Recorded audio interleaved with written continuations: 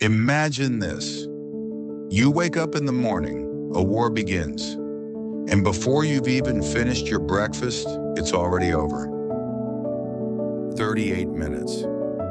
That's all it took for the shortest war in human history to begin and to end. But behind those 38 minutes lies a story of greed, power, betrayal, and tragedy.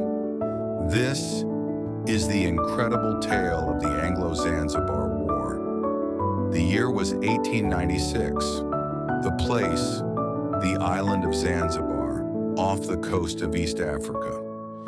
At the time, Zanzibar was known as the Spice Island, a paradise of clove plantations, riches from trade, and a jewel that colonial empires had their eyes on. But paradise was fragile, and it was about to be shattered by politics, succession, and the hunger for control.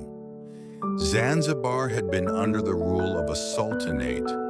In August of 1896, Sultan Hamad bin Thawani, who was friendly towards the British, suddenly died. His cousin, Khalid bin Bargash, quickly took the palace and declared himself the new sultan. But here's the problem.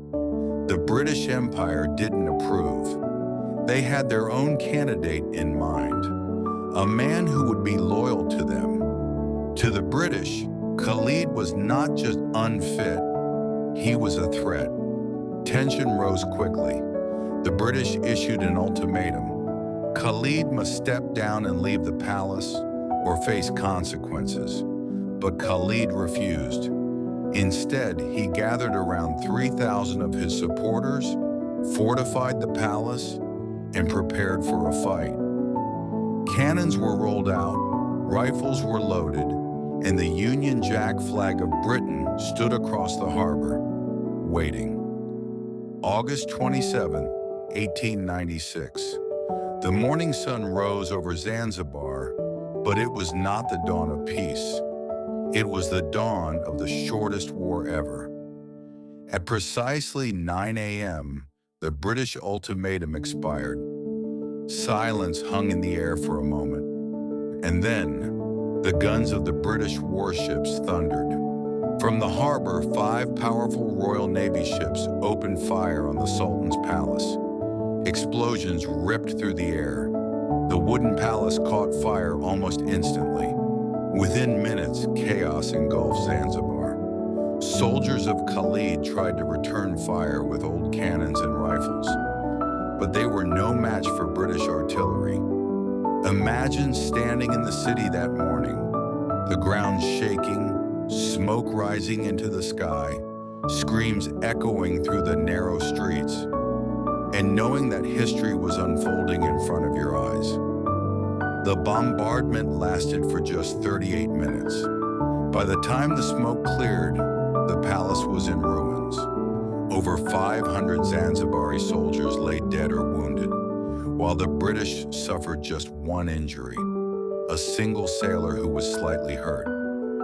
Khalid himself fled the palace, seeking refuge in the German consulate. And just like that, the war was over. In less than an hour, an entire government had been toppled, a palace destroyed, and the fate of Zanzibar sealed under British influence. But beyond the statistics and the short duration, think about the human cost. Hundreds of lives lost in the blink of an eye, families shattered, a city scarred, all for power, politics, and control. The British installed their preferred sultan, Hamad bin Mohammed, who ruled as a puppet under their guidance. Zanzibar's independence slipped further away, and colonial influence deepened. For the people of Zanzibar, that morning was not just the shortest war. It was the morning they lost their freedom. So what do we learn from a war that lasted just 38 minutes?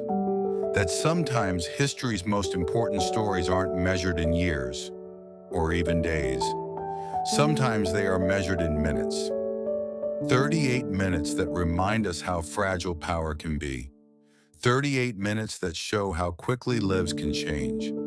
38 minutes that prove war, no matter how short, always leaves scars. And that was the story of the shortest war in human history. But here's my question for you. Do you think Khalid was brave for standing up against the mighty British Empire? Or foolish for risking thousands of lives in a battle he could never win? Tell me your thoughts in the comments below. And if you love stories of forgotten wars and hidden history, make sure to subscribe, because there are countless more tales waiting to be told.